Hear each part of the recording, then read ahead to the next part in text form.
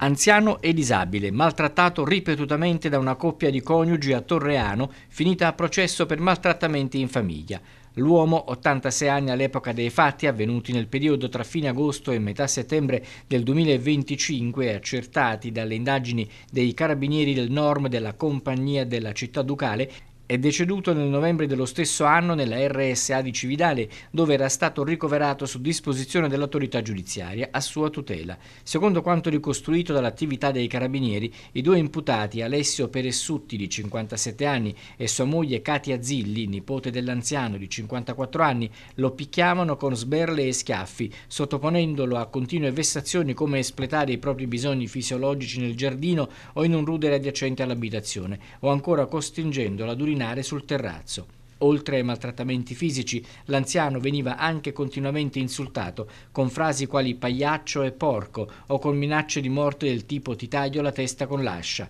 Dalle indagini sarebbe emerso che la donna aveva intenzione di abbandonare lo zio appena terminato di pagare delle spese, lasciando intendere di ospitarlo in casa solo per i soldi che ricevevano per assisterlo. La vittima, data la sua condizione di conclamati disturbi mentali e quasi totale assenza di linguaggio, riusciva a reagire solo con pianti, urla e lamenti. I due coniugi sono comparsi davanti al giudice per udienza preliminare di Udine, Giulia Pussini, che ha accolto la richiesta di patteggiamento applicando la pena concordata di 1 anno e 4 mesi di reclusione per entrambi.